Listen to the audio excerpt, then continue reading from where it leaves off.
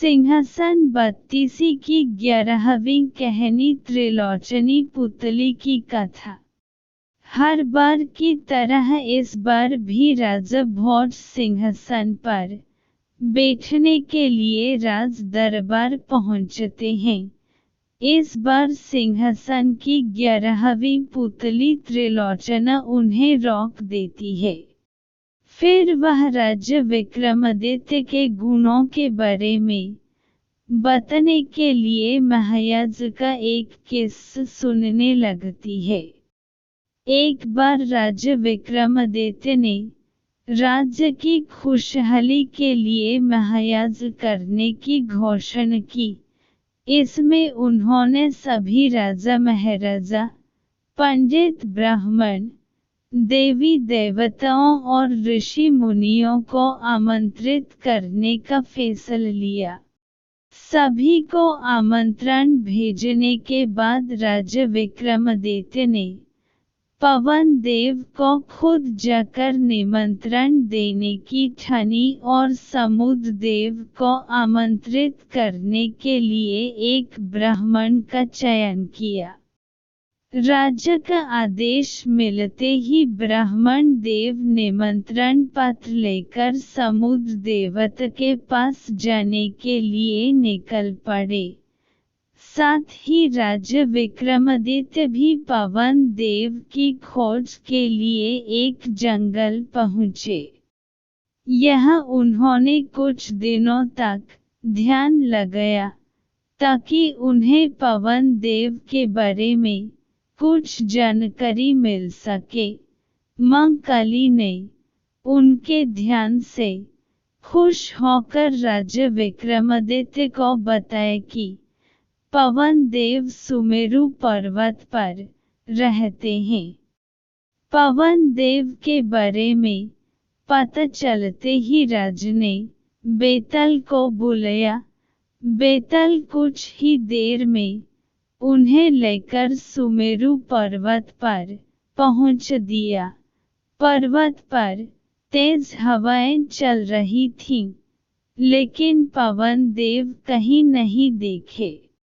फिर राजा विक्रमादित्य ने पवन देव का ध्यान लगाया। उनकी साधना से खुश होकर पवन देव वहां प्रकट हुए और कहा, हे राजन, बताओ मुझे क्यों याद किया?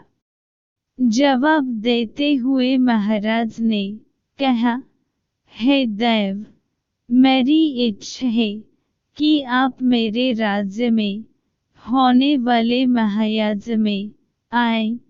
यज्ञ का निमंत्रण देने के लिए ही मैंने आपका ध्यान किया था। राजा विक्रमादित्य की बातें सुनने के बाद पवन देव ने मुस्कुराते हुए कहा कि वह यज्ञ में नहीं आ सकते।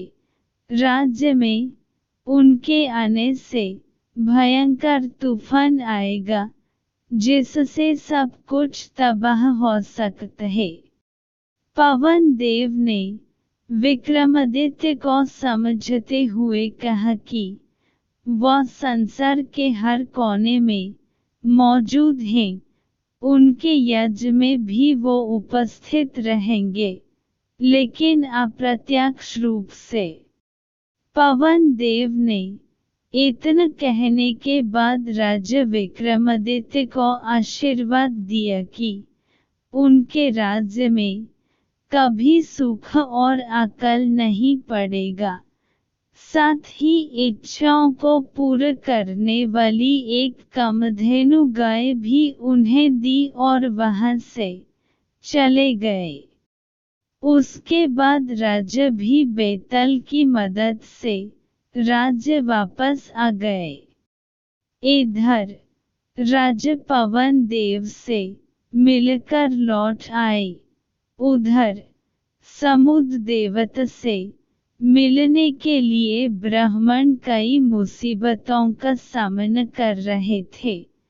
जैसे तैसे वह सागर के पास पहुँचे और समुद्र देवता को कई बार बुलाया, लेकिन समुद्र देवता प्रकट नहीं हुए। ब्राह्मण देव भी थकने वालों में से नहीं थे। वो बार बार समुद्र देवता को बुलाते रहे। उनकी पुकार से खुश होकर समुद्र देवता प्रकट हुए और ब्राह्मण ने विक्रमादित्य के महायज्ञ के बारे में उन्हें बताया। निमंत्रण मिलने के बाद समुद्र देव ने कहा कि उन्हें पवन देव से इस महायज्ञ के बारे में पता चल गया था, लेकिन वो यज्ञ में नहीं आ सकते। उन्होंने बताया कि अगर वो प्रत्यक्ष रूप से वहां आएंगे तो पूरा राज्य बह जाएगा। इसी वजह से वो यज्ञ के दौरान जल की हर बूंद में अप्रत्यक्ष रूप से मौजूद रहेंगे। इतना कहकर समुद्र देवता ने ब्राह्मण को पंचरत्न और एक घोड़ा देते हुए कहा कि ये सब उपहार महाराज विक्रमादित्य को दे देना। इतना कहने के बाद समुद्र देवता अदृश्य हो गए। अब ब्राह्मण तेजी से सारे उपहार लेकर राज्य की ओर चलने लगे। ब्राह्मण को पैदल चलते देखकर समुद्र देवता से मिले घोड़े ने ब्राह्मण से पूछा कि आप पैदल जाने की जगह मुझे अपनी सवारी क्यों नहीं बन लेते। ब्राह्मण चलते रहे, लेकिन उन्होंने कोई जवाब नहीं दिया। इस पर घोड़े ने उन्हें समझाया कि वह राज्य के दूत हैं, इसलिए उपहार का इस्तेमाल कर सकते हैं। यह सुनकर ब्राह्मण घोड़े पर बैठे और कुछ ही देर में राजमहल पहुंच गए। राज दरबार पहुंचते ही ब्राह्मण ने सारी बातें महाराज विक्रमादित्य को बताई, साथ ही समुद्र देवता द्वारा दिए गए उपहार भी उनको दे दिए। राजा ने खुश होकर कहा कि आपने अपना काम बहुत अच्छे से किया है, इसलिए इन सभी भेंट को आप रख लें। ब्राह्मण घोड़ा और रत्न लेकर खुशी खुशी अपने घर को लौट गए। इस कहानी को सुनने के बाद 11वीं पुतली सिंहासन से उड़ गई। कहानी से सीख: कोशिश करने से हर काम पूरा हो जाता है।